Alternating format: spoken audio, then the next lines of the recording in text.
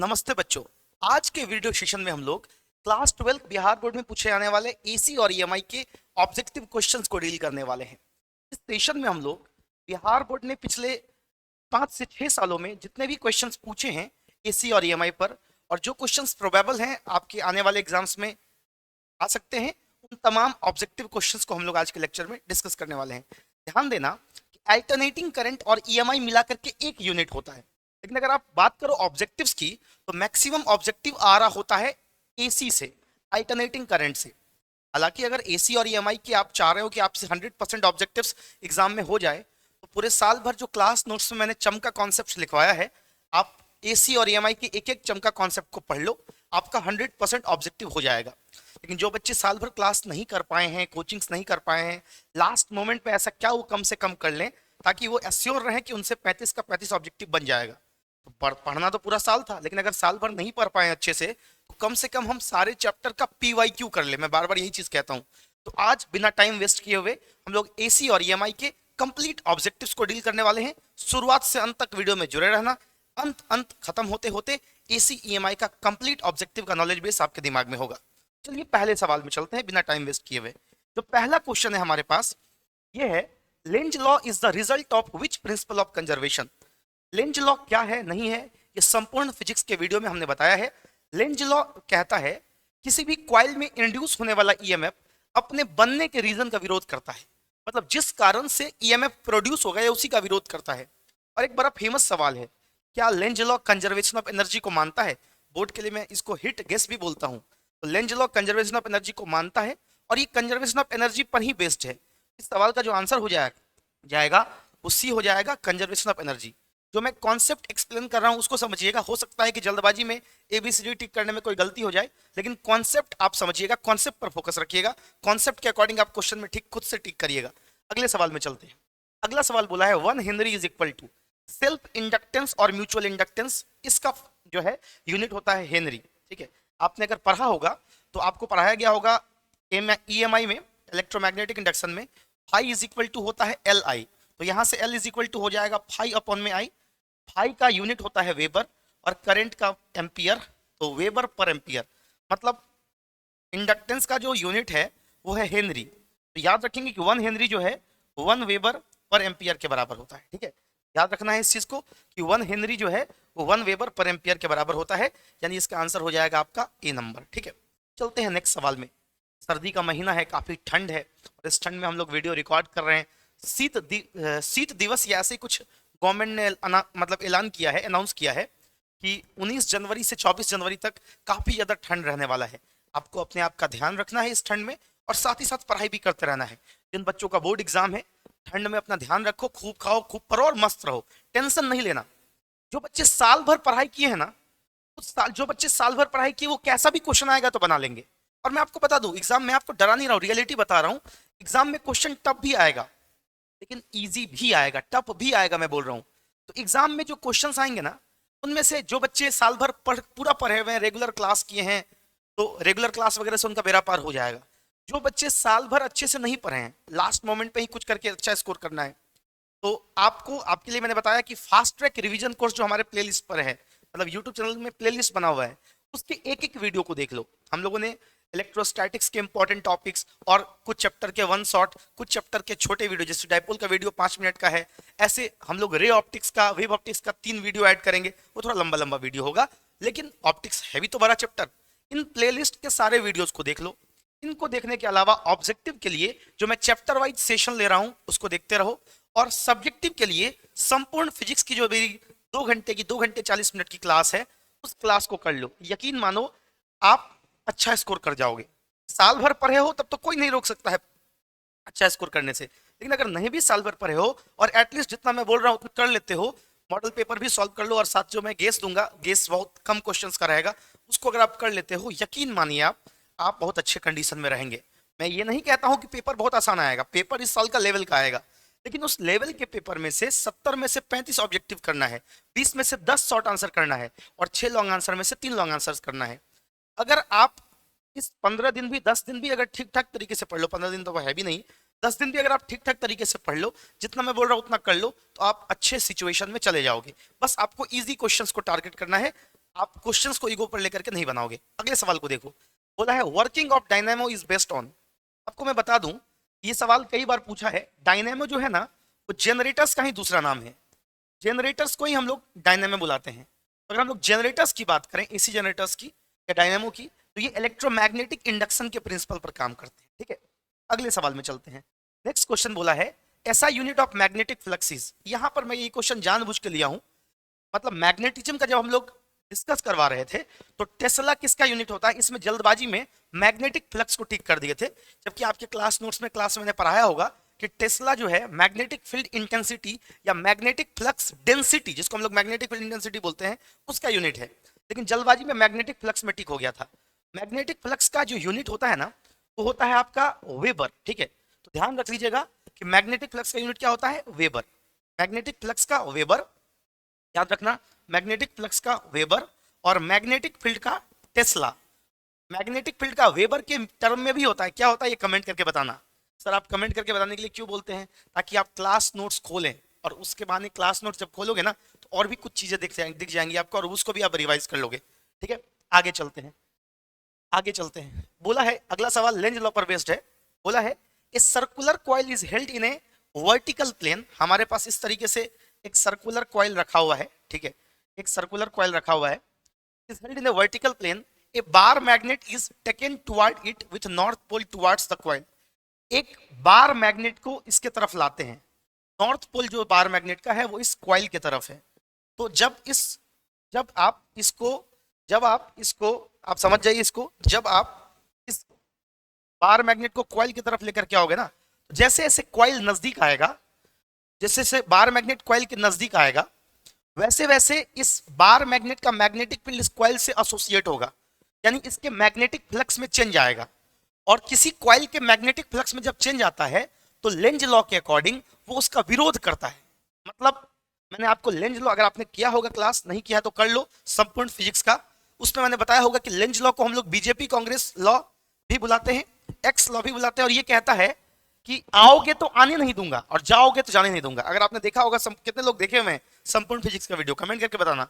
उसमें मैंने बताया हुआ कि लेंज लॉ के अकॉर्डिंग कॉइल हमेशा उस चीज का विरोध करता है जिस चीज से इसके अंदर में मैग्नेटिक फ्लक्स का चेंज आ रहा है।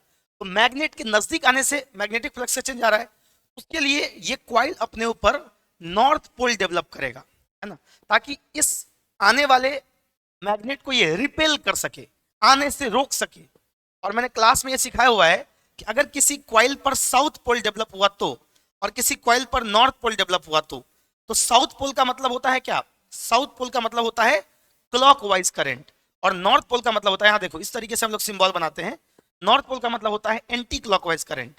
तो जब इस कॉइल के नजदीक तुम बार मैग्नेट को लाओगे, नॉर्थ पोल इसके नजदीक लाओगे, नॉर्थ पोल का फेस अगर सामने होगा तो इसको रिपेल करने के लिए ये भी अपने ऊपर नॉर्थ पोल डेवलप कर लेगा। और नॉर्थ पोल डेवलप कराने के लिए इसके अंदर से जो करंट फ्लो करेगा वो कैसा करंट फ्लो करेगा, एंटी क्लॉकवाइज करंट फ्लो करेगा। इसका आंसर हो जाएगा एंटी क्लॉकवाइज। ठीक है, ए नंबर इसका आंसर हो जाएगा। अगले क्वेश्चन में चलते हैं। लेंज लॉ को एक बार बढ़िया से पढ़ लो और पढ़ लो कि लेंज लॉ कैसे कंजर्वेशन ऑफ एनर्जी को फॉलो करता है, ये आपके बोर्ड के लिए इंपॉर्टेंट है। अगला सवाल 2018 का पूछा हुआ सवाल है। देखो 2018 में जितने भी क्वेश्चंस पूछे गए थे ना, सारे न्यूमेरिकल ओरिएंटेड क्वेश्चन पूछे गए थे। तो अगर एग्जाम 2018 टाइप हुआ तो किसी का कुछ नहीं काम करेगा, जो पूरा साल भर बढ़िया से पढ़ा है वही काम करेगा, सीधी सी बात है, कोई इसमें बकवास बात नहीं। जो साल भर पढ़े उसका अलग महत्व है, लास्ट मोमेंट पे हम लोग इज्जत बचा सकते हैं, दैट्स इट। साल भर पढ़ने का अपना अलग मजा है। न्यूमेरिकल बेस्ड क्वेश्चन तो तभी बन पाएगा जब तुम साल भर कॉन्सेप्चुअली पढ़े हो। अगर साल भर कॉन्सेप्चुअली नहीं पढ़े हो तब तो फिर इज्जत बचाने वाली बात है भाई साहब, सीधी सी बात है। अब देख लो बोर्ड पर, इस सवाल में बोला है इन ए क्लोज सर्किट ऑफ रेसिस्टेंस 10 ओम। कोई सर्किट है जिसका रेजिस्टेंस 10 ओम है, इसमें जो फ्लक्स है ये है phi is equal to 6t square minus 5t plus 1। Flux is equal to दिया हुआ है 6t square minus 5t plus 1। ठीक है, तो t बराबर 0.25 सेकेंड पर बताओ कितना करंट फ्लो करेगा। तो आपने अगर फैराडे साहब का लॉ पढ़ा होगा तो फैराडे साहब के लॉ में, ये भी मैंने संपूर्ण फिजिक्स में पढ़ा है, कि जब भी कभी किसी कॉइल के मैग्नेटिक फ्लक्स में चेंज आता है तो ईएमएफ यानी वोल्टेज इंड्यूस होता है। ये फैराडे साहब का पहला नियम है। और दूसरा नियम कहता है कि वो जो वोल्टेज इंड्यूस होता है, ईएमएफ बोल दो या वोल्टेज बोल दो, इसको वोल्टेज भी बोल सकते हो, ये minus d phi by d t के बराबर इंड्यूस होता है। यहाँ पर अगर आप डिफरेंशिएशन करोगे ना फ्लक्स का, तो 6t² का डिफरेंशिएशन क्या आ जाएगा 12t। 6t² का पावर नीचे उतरेगा, 2 का पावर नीचे उतरेगा, 2 इंटू 6 12, और t का पावर कम हो जाएगा 12t, और -5t का डिफरेंशिएशन हो जाएगा -5। इसके अकॉर्डिंग अगर आप करंट निकालोगे, करंट बराबर क्या होता है V/R या E/R, है ना। ये ओम्स लॉ के अकॉर्डिंग हमने लिखा V is equal to IR होता है ना, V is equal to IR होता है, तो I is equal to V/R या E/R, यानी -12t -5 बाई कितना R का वैल्यू क्या दिया हुआ है यहाँ पर, आप देखो सवाल में दिया हुआ है 10 ओम। रेसिस्टेंस का वैल्यू आपके सवाल में कितना दिया हुआ है 10 ओम, तो आप पुट कर दोगे 10। करंट इज इक्वल टू कितने सेकंड पर हमको निकालना है, कितने सेकंड पर है 0.25 सेकंड पर निकालना है, तो ये हो जाएगा -1/10, 12 गुने 0.25 -5, टी की वैल्यू हमने पुट की है बस करंट के इक्वेशन में, ठीक है। तो यहाँ से देखो इसको सॉल्व करोगे तो ये हो जाएगा -1/10, सॉरी -1/10, ठीक है। और ये हो जाएगा हमारे पास 12 गुने 0.25, पॉइंट हटाओ 0 बिठाओ, ये हो जाएगा 1/4 1/4 1/4 -5, यानी हो जाएगा 3 -5 -2 बट्टा -10, माइनस कट गया 0.2 एम्पियर। देखो कोई ऑप्शन है 0.2 एम्पियर, बी ऑप्शन है, ठीक है। तो इस तरीके यहाँ पे सबसे पहले फैराडे साहब का सेकंड लॉ यूज हुआ, उससे हमने ईएमएफ यानी वोल्टेज निकाल लिया d∅dt करके, फिर करंट निकालने के लिए V/R यानी ओम्स लॉ का यूज कर लिया। बहुत ही फंडामेंटल सा ये क्वेश्चन है। अगले सवाल में चलते हैं बिना टाइम वेस्ट किए हुए। नेक्स्ट क्वेश्चन है मेरे प्यारे बच्चों, ठीक है। Instrument which converts mechanical energy into electrical energy. तो मैकेनिकल एनर्जी को इलेक्ट्रिकल एनर्जी में कन्वर्ट करने का काम है जनरेटर्स का। किसका काम है जनरेटर्स का, ठीक है। जनरेटर्स को ही किस नाम से बुलाते हैं डायनेमो के नाम से बुलाते हैं। जनरेटर्स को ही डायनेमो के नाम से बुलाते हैं। एसी जनरेटर क्या होता है, एसी जनरेटर किस प्रिंसिपल पे काम करता है, इसके मैथमेटिकल डेरिवेशंस, इन तमाम टॉपिक्स पर वीडियो है अपने चैनल पर, जाके देख लो। एक एक टॉपिक पर वीडियो है, मैं अभी भी कह रहा हूं, एसी जनरेटर पर, ट्रांसफार्मर पर, सब पर। 75 डे हार्ड चैलेंज हम लोगों ने बहुत पहले ही कर दिया था। वो क्यों किया था मालूम है, अभी के लिए किया था। लास्ट मोमेंट पे तुम्हारे पास एक ऐसा प्लेलिस्ट बना हुआ है जिसमें तुम्हारे पूरे सिलेबस के इंपॉर्टेंट टॉपिक्स का 5 मिनट 10 मिनट 5 मिनट 10 मिनट का वीडियो है। जो बच्चा पूरा साल पढ़ा है उसको मालूम है 75 डे हार्ड चैलेंज में ऐसे ही कोई वीडियो हम लोगों ने ऐड नहीं किया था। उन तमाम वीडियोस का अपना इंपॉर्टेंस है। अगर कोई बच्चा लॉन्ग आंसर के लिए 75 डे हार्ड चैलेंज के वीडियो को देख लेता है मैक्स फिजिक्स के ऑफिशियल यूट्यूब चैनल पर, मेरी गारंटी है कि एक क्वेश्चन उसका नहीं छूटेगा लॉन्ग आंसर से। और लॉन्ग आंसर्स तो सब्जेक्टिव्स जो है, लॉन्ग आंसर 5 मार्क्स वाले क्वेश्चन, ये ऑब्जेक्टिव्स और शॉर्ट आंसर्स की जननी है, मदर है। वहीं से कॉन्सेप्ट टूट टूट के बनता है और ऑब्जेक्टिव क्वेश्चन हम लोग बनाते हैं। उसको देख लो, काफी मजा आने वाला है, ठीक है। चलें आगे, कोई दिक्कत वाली बात नहीं है, आगे बढ़ाते हैं कहानी को। अगले सवाल पर चलते हैं। अगला सवाल, to convert mechanical energy into electrical energy, वही वाला सवाल है, सेम पिछला वाला सवाल है। आगे बढ़ाते हैं। ऐसा unit of self inductance is, self inductance और म्यूचुअल इंडक्टेंस, दो तरह का इंडक्टेंस होता है। इंडक्टेंस किसी कॉइल का वो प्रॉपर्टी है जिसके कारण वो अपने अंदर होने वाले मैग्नेटिक फ्लक्स के चेंज का विरोध करता है। सेल्फ इंडक्टेंस और म्यूचुअल इंडक्टेंस दो तरह का इंडक्टेंस होता है, और दोनों का ऐसा यूनिट होता है हेनरी। याद रख लेना इस चीज को, फैक्चुअल क्वेश्चन है, ठीक है, फैक्चुअल क्वेश्चन है, दोनों क्वेश्चन का आंसर याद रख लेना। अगला सवाल है, working of dynamo is based on, dynamo बोल दो या जनरेटर्स बोल दो, डायनेमो ही बोल दो या जनरेटर्स बोल दो, डायनेमो या जनरेटर्स का जो वर्किंग है वो किस पर डिपेंडेंट करता है, किस प्रिंसिपल पे काम कर रहा है, इलेक्ट्रोमैग्नेटिक इंडक्शन के प्रिंसिपल पे काम करता है, जो कि ये कहता है कि जब कभी किसी कॉइल के मैग्नेटिक फ्लक्स में चेंज करोगे तो उससे ईएमएफ बनेगा और उस ईएमएफ से तुम करंट प्रोड्यूस करवा सकते हो। सीधी सी बात है, क्लियर है, कोई दिक्कत वाली बात नहीं है।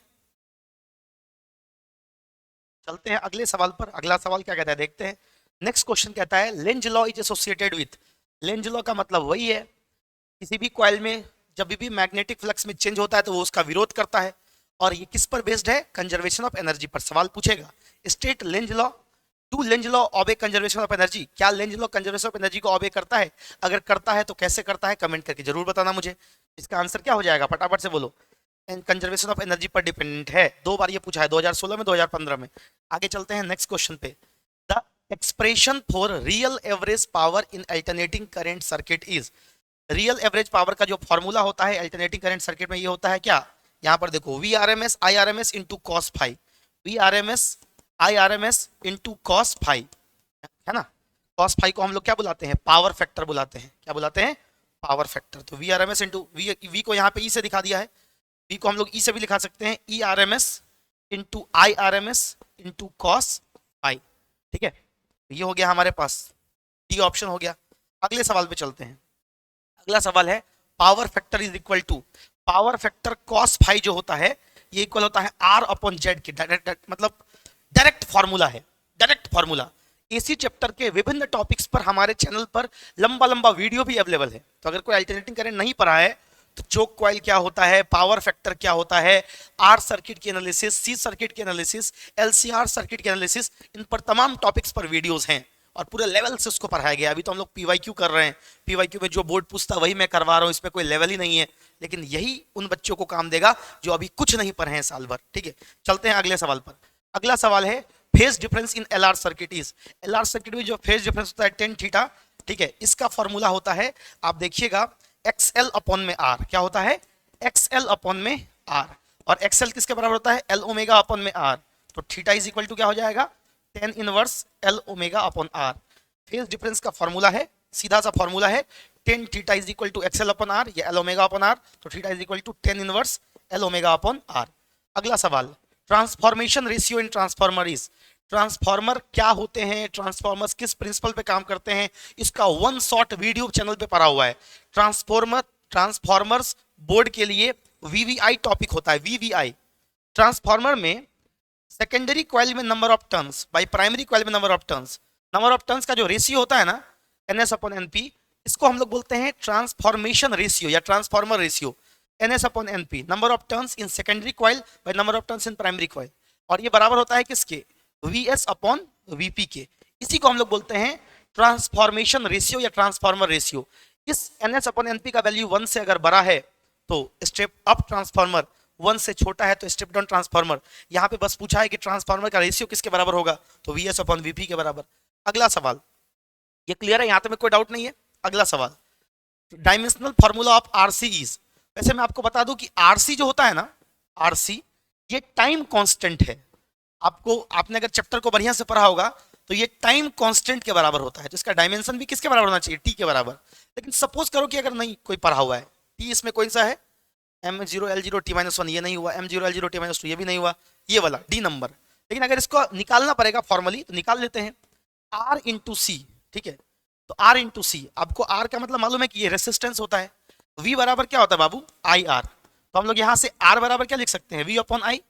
r बराबर हम लोग लिख सकते हैं यहाँ से, इसका अगर डायमेंशन लिखना है तो v अपॉन में i। और c का फॉर्मूला देखो, हम जानते हैं q इज इक्वल टू क्या होता है, cv, q is equal to cv होता है। तो यहाँ से हम लोग c इज इक्वल टू क्या लिख सकते हैं, q अपॉन में v। तो c इज इक्वल टू लिख देते हैं q अपॉन में v, v से v तो कट गया, तो यह बच गया q बाई आई। और आपको मालूम है, आपको क्या मालूम है, आपको ये मालूम है कि चार्ज बराबर क्या, करंट बराबर क्या होता है, charge phloem by time taken. तो हम लोग q बराबर क्या लिख सकते हैं, आई इंटू टी।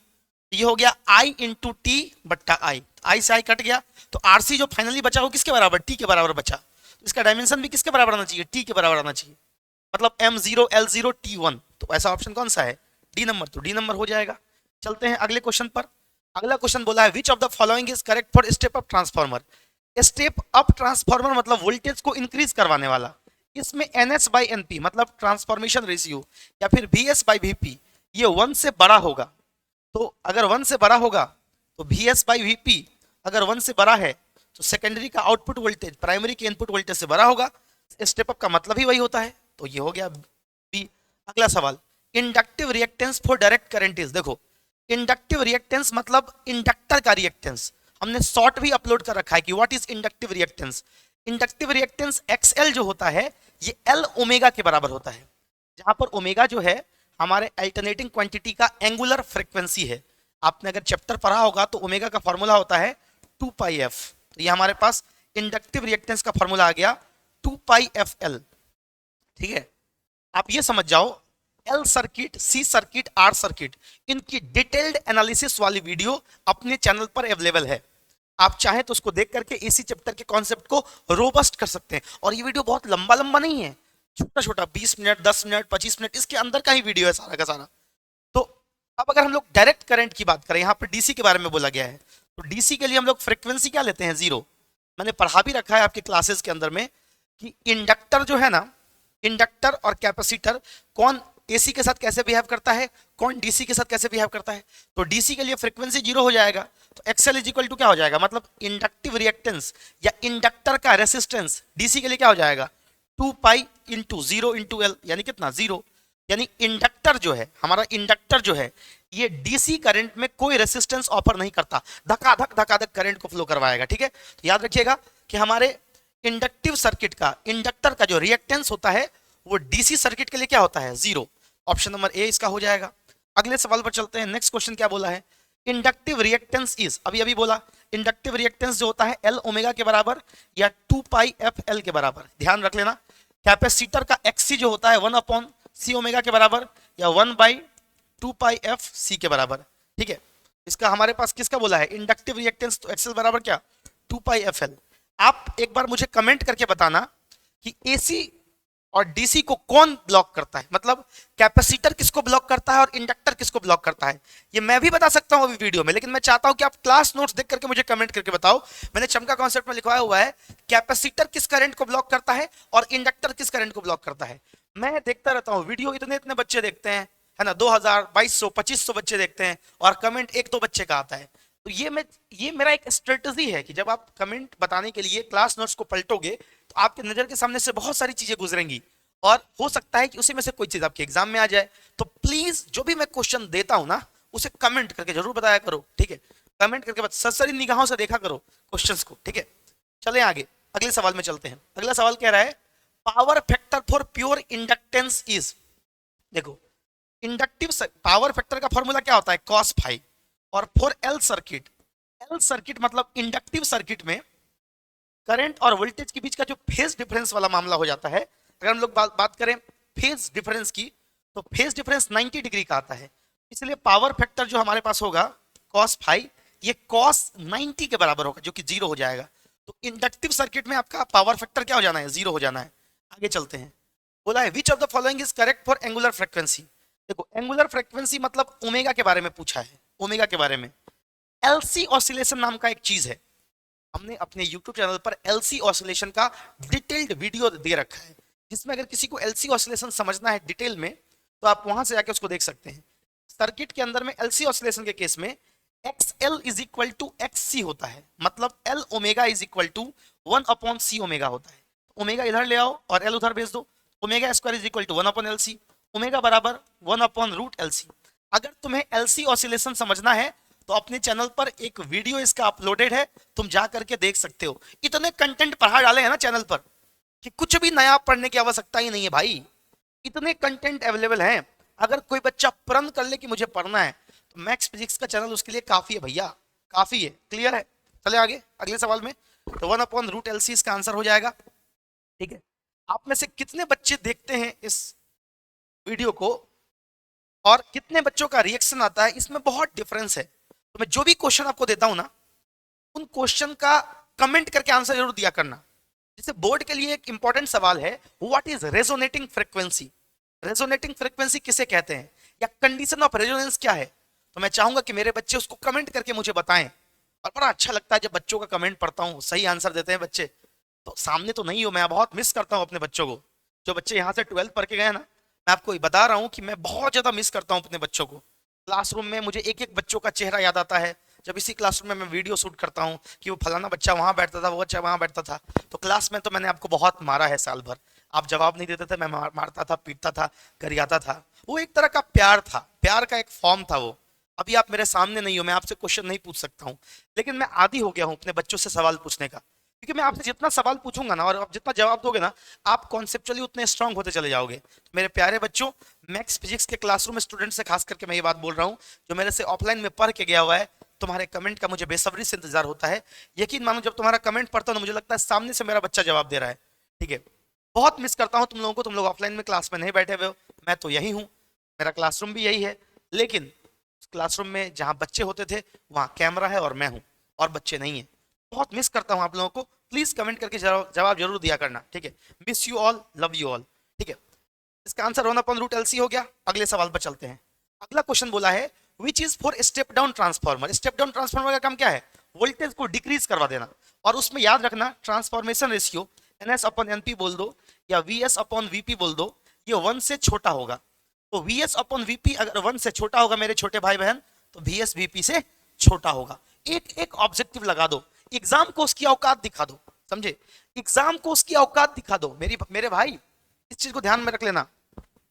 ये एग्जाम, बोर्ड एग्जाम कुछ नहीं है तुम्हारे सामने। तुमने अगर PYQs लगा लिए, सिलेक्टेड टॉपिक्स के वीडियोस को देख लिया, सिलेक्टेड टॉपिक्स के क्वेश्चन प्रैक्टिस कर लिए, तो 10 दिन बहुत काफी है। एग्जाम में क्वेश्चन की धज्जी उड़ा दोगे तुम, मैं बता रहा हूं। और संपूर्ण फिजिक्स की 2 घंटे 40 मिनट की जो वीडियो है ना, वो वीडियो इतने सोच समझ करके उसमें कंटेंट डाला गया है ना, कि 2 घंटे 40 मिनट में शॉर्ट आंसर और ऑब्जेक्टिव के लिए लगभग पूरा कंटेंट तुम्हारे नजर के सामने से गुजर जाएगा। पिछले 10 साल में बोर्ड कैसा कैसा क्वेश्चन पूछा है, उन तमाम क्वेश्चंस के जूस को निकाल करके हम लोगों ने 2 घंटे 40 मिनट के उस वीडियो में डाला है। तो 2 घंटे 40 मिनट की वो वीडियो रामबाण है तुम्हारे बोर्ड एग्जाम के लिए। यकीन मानो, तुम उस वीडियो को देखने के बाद एक ऐसे कॉन्फिडेंस में जाओगे, तुमको लगेगा कि सिलेबस की मैक्सिमम चीजें मुझे आती हैं। तुम आग लगा सकते हो अभी भी एग्जाम में, बस कॉपी में मत लगाना, एग्जामिनर के दिमाग में लगाना कितने अच्छे से इसने कॉपी को लिखा है। तो उस लेवल से पढ़ लो अभी 10 दिन, भाई तुम कर सकते हो। साल भर तुमने क्या मक्कारी किया कोई फर्क नहीं पड़ता, कॉपी में लिख के आओगे ना, रिजल्ट अच्छा आएगा ना, सब बोलेंगे मालूम था, उछल रहे तो बच्चे से पढ़े में तेज छे, अब बहुत निक से पढ़ लिया तो पूरा साल। भगवान ने करो अगर एहन भ जाओ जे तू परीक्षा में गड़बड़ा जे भी नहीं बढ़िया से लिखबी, तो और दियाद भाई सब कहतो ई सार बच्चे सब भुसकोल छे, तो बच्चे सब बुझले भुसकोलवा छे। और अगर तू किच्छो के लिए साल भर लेकिन कॉपी में बढ़िया से लिख के आबि जेबी कि नहीं, एखन 10 दिन में तू बढ़िया से जब पढ़ लेबी, सबटा कहतो दियाद बात सबटा। हम तो बच्चे से बुझले कहे छलो ना फला बाबू ई तो ये पुता से छले से आके आएगी छे पढ़े में, आएगी छे पढ़े में, ठीक छे। अगर खराबी सब नहीं बढ़िया से पढ़बहक, अगर पूरा साल बढ़िया से पढ़लक है लेकिन 10 दिन में गड़बड़ा जेबहक, इस साल पढ़े चले भर जिंदगी तो आग मुतल के नंबर कदर से हेते। तुम सोच बदलो लोगों का, और सोच तुम बदल सकते हो परिश्रम करके। ये 10 दिन में कर लो भाई साहब, कर लोगे तुम, यकीन मानो कर लोगे। मुझे विश्वास है तुम पर, तुम कर लोगे। मुझे अपने बच्चों पर विश्वास है कि ये कर सकते हैं। फास्ट ट्रैक रिवीजन कोर्स का एक एक वीडियो देख, एक एक वीडियो देख। मैं अभी उसमें लेंस मेकर फार्मूला, मिरर वाला फार्मूला, इन तमाम वीडियोस को भी प्लेलिस्ट में ऐड करूंगा। ऑब्जेक्टिव सेशन अटेंड कर, और गेस जब मैं दूंगा बुला करके, मैं खुद अनाउंस करूंगा तुम्हारे ग्रुप में, तो बहुत कम पेज का गेस रहेगा, उसको चार्ट जाना। तू अभी भी बहुत अच्छा स्कोर कर सकता है। रिलैक्स, एकदम टेंशन नहीं लेना है, चिंता नहीं करना है, क्योंकि जो चिंता करते हैं उनकी चिता बन जाती है। अगले सवाल पर चलता हूं। अगला सवाल कहता है which is correct for electrical resonance. Electrical resonance LCR circuit का एक ऐसा कंडीशन है जिसमें इंडक्टिव रिएक्टेंस और कैपेसिटिव रिएक्टेंस बराबर हो जाता है, मतलब XL XC के बराबर हो जाता है। सर्किट का नेट रिएक्टेंस यानी इंपीडेंस, सर्किट का जो इंपीडेंस होता है नेट रिएक्टेंस, या यूं बोल दो AC सर्किट के नेट रेसिस्टेंस को हम लोग इंपीडेंस बुलाते हैं। वो इस कंडीशन में, इलेक्ट्रिकल रेजोनेंस के कंडीशन में कम से कम होता है। मुझे कमेंट करके बताना कि इंपीडेंस किसे कहते हैं। मेरे प्यारे बच्चों, कमेंट करके बताना what is impedance, what is resonant frequency, और what is the condition for electrical resonance. तो इलेक्ट्रिकल रेजोनेंस का कंडीशन क्या है? XL बराबर XC, ठीक है। मुझे कमेंट करके बताना कि रेजोनेटिंग फ्रीक्वेंसी क्या होता है। मुझे पूरा विश्वास है मेरे मैक्स फिजिक्स के शेर इसको कमेंट करके जरूर बताएंगे, मैं उनके कमेंट का इंतजार करूंगा। अगले सवाल में चलते हैं। Which is correct for average value of alternating current। देखो, अगर हमारे पास करंट का इक्वेशन है I note sine omega T, तो एवरेज वैल्यू बोल दो या मीन वैल्यू बोल दो, ये 2I नोट अपॉन पाई होता है। यहाँ पे I नोट कौन सा वैल्यू है? साइन या कॉस के बाहर में जो लगा हुआ है, ये पीक वैल्यू है, ठीक है। और हमारे पास RMS वैल्यू जो होता है, ये आता है I नोट अपॉन √2। तो इसको जब तुम सॉल्व करोगे ना एवरेज वैल्यू को, तो एवरेज वैल्यू मेरे ख्याल से आता है, एक बार सॉल्व कर लेना 2/5 को, 0.637 I नोट। और ये जो आता है RMS वैल्यू, एक बार प्लीज सब लोग सॉल्व कर लेना, मैं रिक्वेस्ट करूंगा कि सॉल्व कर लेना, क्योंकि मुझे याद नहीं रहती हैं चीजें। 707 I नोट, प्लीज इसको एक बार इस कैलकुलेशन को कंफर्म कर लेना, क्योंकि मैं रट करके नहीं बैठा हुआ हूं। मेरे ख्याल से इसका आंसर आना चाहिए C नंबर, मीन वैल्यू वाले का 0.637 I नोट। बाकी तुम एक बार चेक कर लेना, ठीक है। चलते हैं अगले सवाल में। नेक्स्ट क्वेश्चन बोला है power factor for wattless current is. Wattless current मतलब जिसका पावर कंजम्पशन 0 होता है, और इसके लिए पावर फैक्टर को भी क्या होना पड़ेगा? 0 होना पड़ेगा। पावर फैक्टर को भी क्या होना पड़ेगा? 0 होना पड़ेगा। वाटलेस करंट क्या होता है ये मैंने आपको शॉर्ट्स में 75 डे चैलेंज वाले शॉर्ट्स में बताया हुआ है। चैनल मैंने काम ही ऐसा किया है, तू इंस्टाग्राम खोल, मैं तुझे वहां डिफिनेशन बताता हूँ, मिल जाऊंगा। यूट्यूब पे शॉर्ट्स स्क्रॉल कर। भाई साहब क्लास में तो पढ़ाया ही है, जब तक तेरा एग्जाम खत्म नहीं हो जाता, एग्जाम खत्म होने के बाद जेई और नीट का पीवाईक्यू लेके आ रहे हैं, सीयूईटी का पीवाईक्यू लेके आ रहे हैं, मैं तेरा साथ तब तक नहीं छोड़ूंगा जब तक तू अच्छे कॉलेज तक नहीं पहुंच जाता है, समझा। तो बोर्ड खत्म होने के बाद जेई नीट का पीवाईक्यू सीरीज करवाएंगे ऐसे ही, सीयूईटी के लिए क्वेश्चन करवाएंगे ऐसे ही। तुम्हारा साथ इतना जल्दी हम नहीं छोड़ने वाले हैं। अगर पकड़ लिया तो पकड़ लिया, पकड़ लिया तो पकड़ लिया, सीधी सी बात है। जब तक मेरे बच्चे, मेरे मैक्सियंस अच्छे अच्छे कॉलेज तक नहीं पहुंच जाते हैं, तब तक मैं पढ़ाता ही रहूंगा, और वहां जाने के बाद भी तुम्हें मेरी जरूरत होगी। मेरी बात समझ रहे हो? तो याद रखना, याद रखना कि तुम शॉर्ट्स को, जो शॉर्ट्स में मैंने पढ़ाया हुआ है वॉटलेस करंट क्या होता है, उसको एक बार देख लेना, और अभी तो फिलहाल कमेंट करके बता देना व्हाट इज वॉटलेस करंट। सोचना कि मेरे सर मेरे सामने से पूछ रहे हैं। यहां पे बोला है impedance of LR circuit is, impedance का मतलब नेट रेसिस्टेंस, और इसको जेड से दिखाते हैं, ठीक।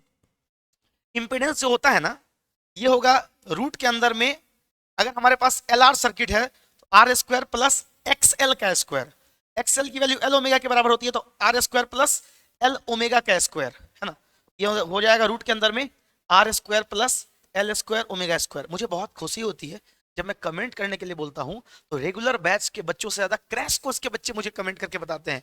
और जिन बच्चों पे मैंने एक महीना में इतना इम्पैक्ट छोड़ दिया ना, क्रैश कोर्स वाले को तो मैंने एक महीना ही लगभग पढ़ाया है, लेकिन एक महीने में ये बच्चे इतने अच्छे तरीके से रिस्पॉन्ड करते हैं, मुझे बहुत प्राउड फील होता है इन बच्चों पर, बहुत ज्यादा प्राउड फील होता है। क्रैश कोर्स वालों के लिए एक बार जय मैक्स फिजिक्स बोल दो। तो ये हमारे पास हो गया एलआर सर्किट का इंपीडेंस, रूट के अंदर में R square plus omega square L square. Impedance किसे कहते हैं, और आर सर्किट का, एल सर्किट का, सी सर्किट का, एल आर सर्किट का, एल सी आर सर्किट का डिटेल्ड वीडियो यूट्यूब चैनल पर अपने उपलब्ध है, तुम चेक कर सकते हो वहां से, ठीक है। अगले सवाल पे आ जाओ। A hot wire ammeter, hot wire ammeter जो होता है ना, ये एक डिवाइस है जो एसी करंट के वर्चुअल वैल्यू को मेजर करता है। और एसी करंट का वर्चुअल वैल्यू कौन सा होता है बाबू, बाबू नहीं बाबू, एसी करंट का वर्चुअल वैल्यू कौन सा होता है, वर्चुअल वैल्यू मतलब IRMS। तो ये किसको कैलकुलेट करता है, ये कैलकुलेट करता है, ये कैलकुलेट करता है, कहां गया, root mean square value of alternating current को, ठीक है। हॉट वायर एमीटर क्या कैलकुलेट करता है, एसी के अल्टरनेटिंग करंट के कौन से वैल्यू को कैलकुलेट करता है, अल्टरनेटिंग करंट के आरएमएस वैल्यू को ये कैलकुलेट करने का काम करता है। अगले सवाल में चलते हैं मेरे प्यारे बच्चे, अगले क्वेश्चन में चलता हूं मैं, ठीक है। अगला क्वेश्चन क्या कहता है जरा एक बार सब लोग देख लेना, ठीक है। अगला क्वेश्चन कहता है विच quantity decreases in step down transformer.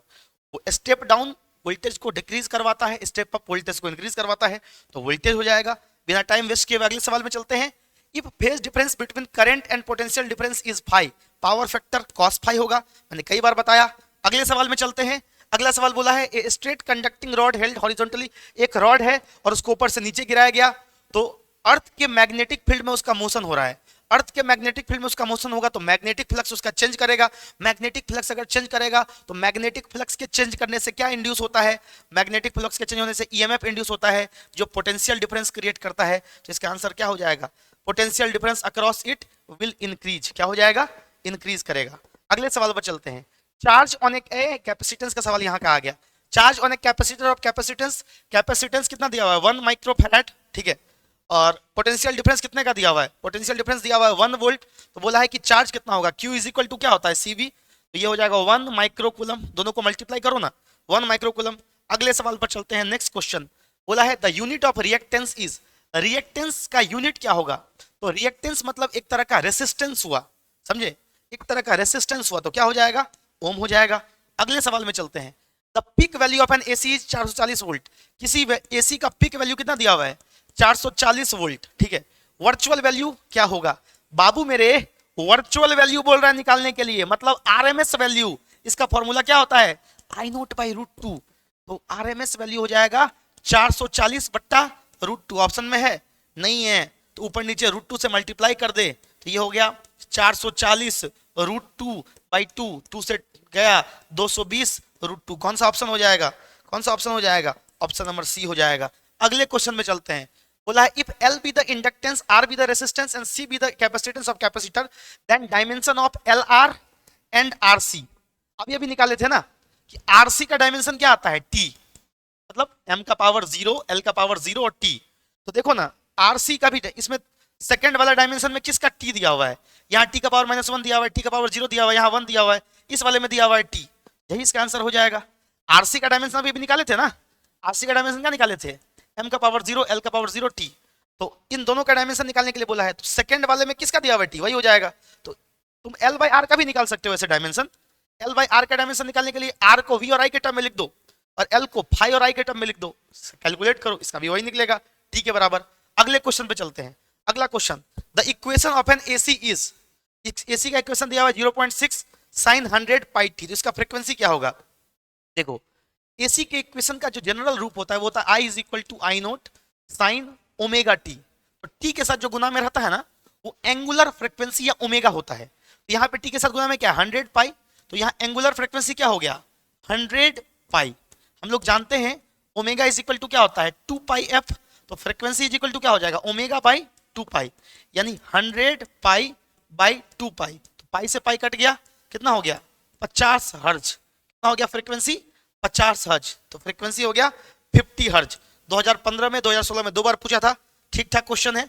अगले सवाल में चलते हैं। Ratio of peak value and RMS value is, अगर किसी एसी का इक्वेशन है I is equal to I naught sine omega T, इसका जो पीक वैल्यू हो गया वो क्या हो गया आई नोट, और इसका जो आरएमएस वैल्यू हो गया वो क्या हो गया आई नोट बाई √2, इन दोनों का रेशियो निकाल लो, I peak by I RMS, ये हो गया आई नोट बाई √2, तो I naught into √2 by I naught cut गया, तो √2 इज टू 1, यानी हो जाएगा बी नंबर।